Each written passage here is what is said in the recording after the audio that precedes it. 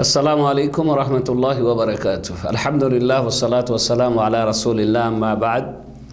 আউযু বিল্লাহি মিনাশ শাইতানির রাজীম। বিসমিল্লাহির রাহমানির রাহিম। সুপ্রিয় দর্শক, আজকে আমাদের পর্ব সপ্তদশ 17তম পর্ব। আজকের পর্বে আসছে রাসূল করিম সাল্লাল্লাহু আলাইহি সাল্লাম জিকির আজকার সম্পর্কে।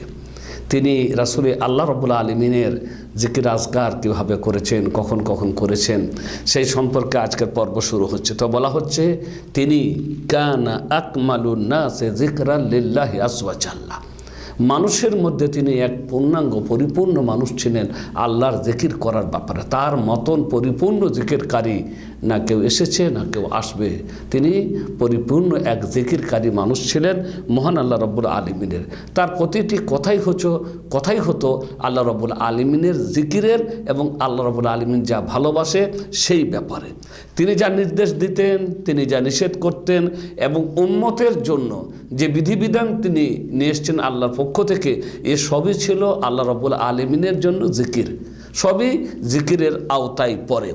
তিনি চুপ থেকেছেন, তবুও তিনি মনে মনে তার অন্তর আল্লাহর জিকির করেছেন।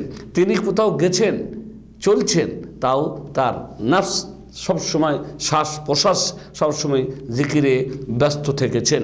তিনি দাঁড়িয়ে দাঁড়িয়ে জিকির করেছেন, তিনি বসে বসে জিকির করেছেন, তিনি চলতে চলতে জিকির করেছেন, কোথাও গেছেন তখন জিকির করেছেন, বাড়ি থাকা অবস্থায় তিনি জিকির করেছেন এবং যখন সফরে থেকেছে তখনও তিনি আল্লাহ রাব্বুল আলামিনের স্মরণ এবং তার জিকির সবসময় তার মুখ থেকে উচ্চারিত হয়েছে।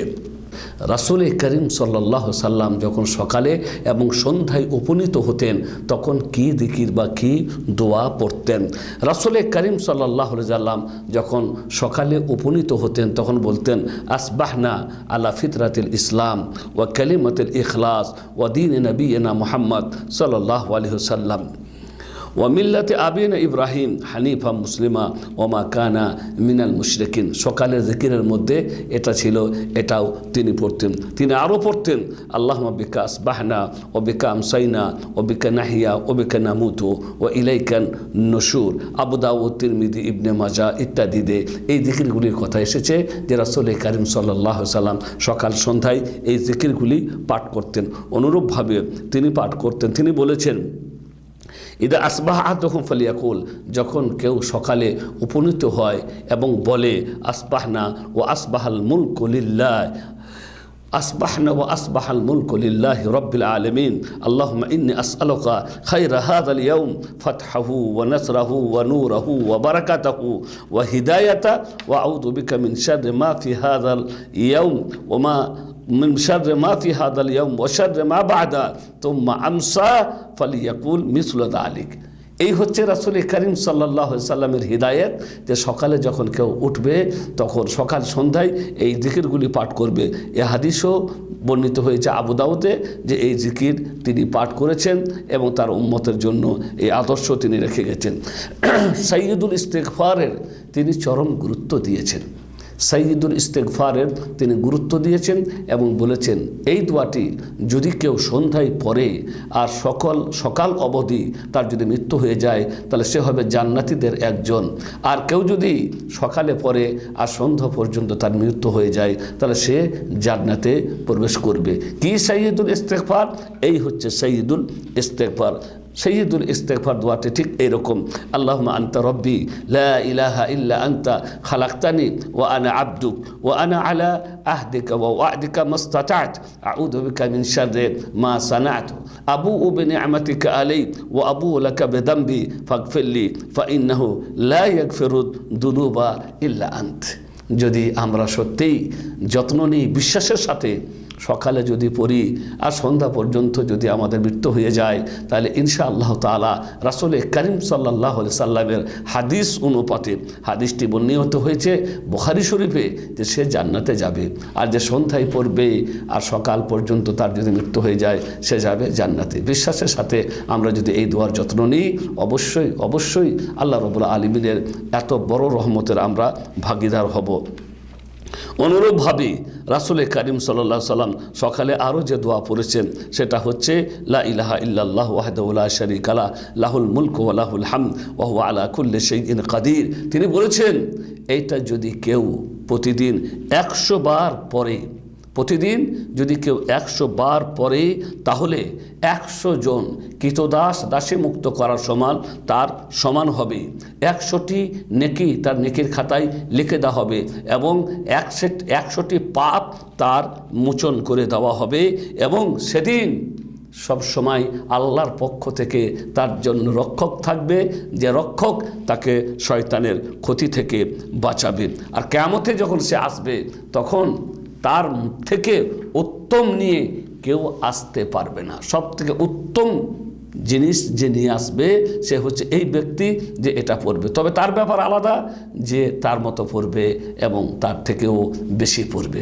তাহলে বুঝতে পারা গেল 100 বার যদি পড়া হয়, 100 বার যদি পড়া হয় তাহলে 10 জন দাস দাসী মুক্ত করার সমান নেকি হয়, 100টা নেকির খাতায় নেকি দেওয়া হয় এবং 100টি পাপ মোচন করা হয় আর শয়তানের থেকে রক্ষা পাওয়া যায়।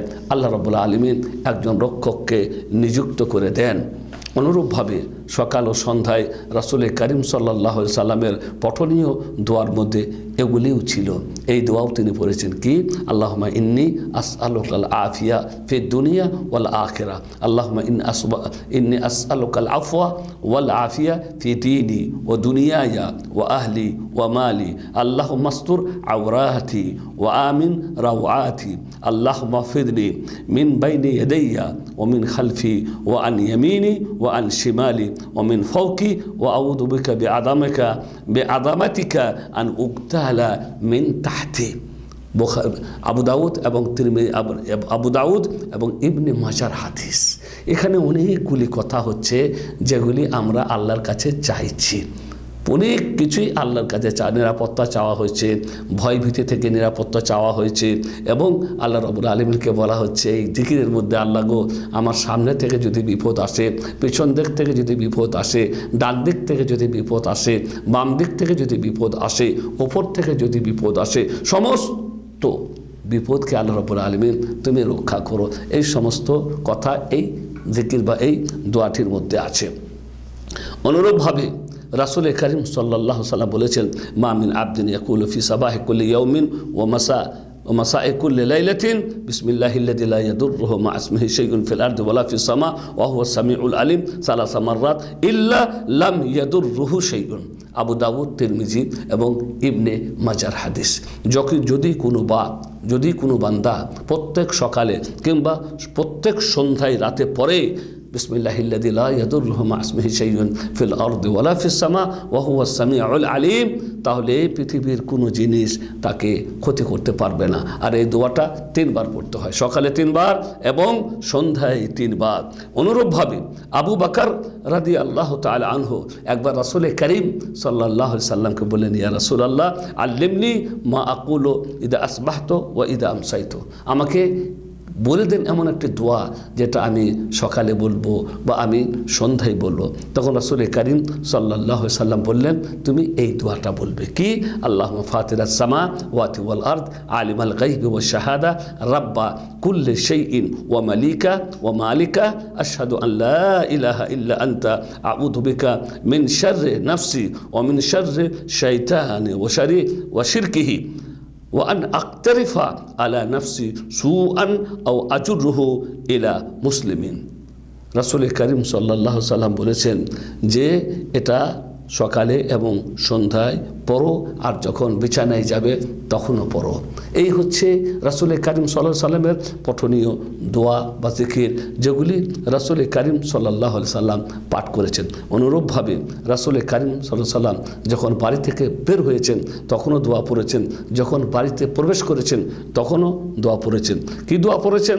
রাসূল করিম সাল্লাল্লাহু আলাইহি সাল্লাম যখন বাড়ি থেকে বের হয়েছেন তখন বলেছেন, বিসমিল্লাহি তাওয়াক্কালতু আলাল্লাহ আল্লাহুম্মা ইন্নী আউযু বিকা মিন আন আদিল্লা আও উদাল্লা আও আজিল্লা আও উজাল্লা আও আদলিমা আও উজলাম আও আজহিলা আও ইউজহালা আলাই।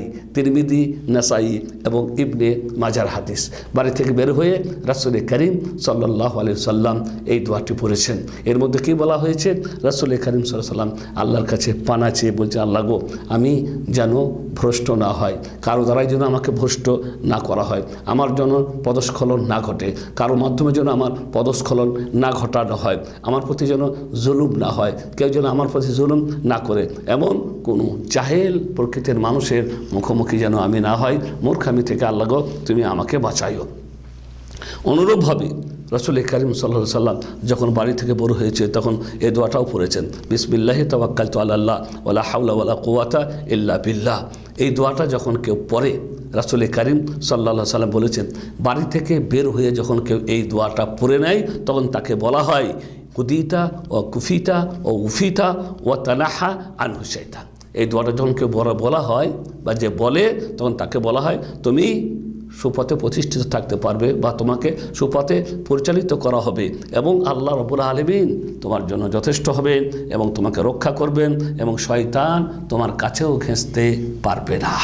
অনুরূপভাবে রাসূল করিম সাল্লাল্লাহু আলাইহি সাল্লাম ফজরের জন্য যখন বের হয়েছেন বাড়ি থেকে তখন এই দোয়াটি পড়েছেন কি, আল্লাহুম্মা জাআললি ফি কলবি নূরা ওয়াজআললি ফি লিসানি নূরা ওয়াজআললি ফি সামঈ নূরা ওয়াজআললি ফি বসরি নূরা ওয়াজআললি ফি খালফি নূরা ওয়া মিন আমামি নূরা ওয়াজআল মিন ফাওকি নূরা ওয়াজআললি মিন তাহতি নূরা আল্লাহুম্মা আ'দিবলি নূরা। এখানে সর্বক্ষেত্রে মহান আল্লাহ রাব্বুল আলামিনের কাছ থেকে জ্যোতি কামনা করা হয়েছে। আর আল্লাহর কাছ থেকে জ্যোতি কামনা করা মানে আল্লাহর পক্ষ থেকে হেদায়েত কামনা করা, সুপথে প্রতিষ্ঠা থাকা কামনা করা, আল্লাহ রাব্বুল আলামিন কর্তৃক পরিচালিত হওয়া, এই সমস্ত কিছু আল্লাহ রাব্বুল আলামিনের কাছে কামনা করা হয়েছে। অনুরূপভাবে রাসূল করিম সাল্লাল্লাহু আলাইহি সাল্লাম বলেছেন, যখন কোনো মানুষ বাড়িতে প্রবেশ করে বলে, যখন কোনো মানুষ বাড়িতে প্রবেশ করে বলে আল্লাহুম্মা ইন্নী আসআলুকা খায়রাল মাওলাজি ওয়া খায়রাল মাখরাজি বিসমিল্লাহি ওয়ালাজনা ওয়া বিসমিল্লাহি খারাজনা ওয়া আলাল্লাহি তাওয়াক্কালনা সুম্মা লিয়ুসাল্লিম আলা আহলিহি। প্রতিটি মানুষ যখন বাড়ি থেকে বের হবে তখন এই দোয়াটা, যখন বাড়িতে প্রবেশ করবে তখন এই দোয়াটি পড়বে। এই দোয়াটি পড়ার পরে লাস্টে বাড়িওয়ালাদেরকে সালাম করে তারপরে বাড়িতে প্রবেশ করে। এই ধরনের জিকির আজকার রাসূল করিম সাল্লাল্লাহু আলাইহি সাল্লাম করেছেন। বিভিন্ন ক্ষেত্রে বিভিন্ন দোয়া, বিভিন্ন জিকির যা তিনি করেছেন এবং তার উম্মতকে তিনি শিখিয়ে দিয়ে গেছেন। আমরা যদি সেই জিকিরগুলোর যত্ন নেই তাহলে ইনশাআল্লাহ তাআলা যে সমস্ত কথাগুলি আল্লাহ রাসূল সাল্লাল্লাহু আলাইহি ওয়াসাল্লাম হাদিসে আমাদেরকে জানালেন সেই ফজিলত আমরা পাবো এবং জিকিরের কারণে মহান আল্লাহ রাব্বুল আলামিনের পক্ষ থেকে আমাদের সংরক্ষণ হবে, আল্লাহ তাআলা আমাদেরকে হেফাজত করবেন। ওয়া সাল্লাল্লাহু আলা নবিয়িনা মুহাম্মদ ওয়া আলা আলিহি ওয়া সাহবিহি আজমাইন।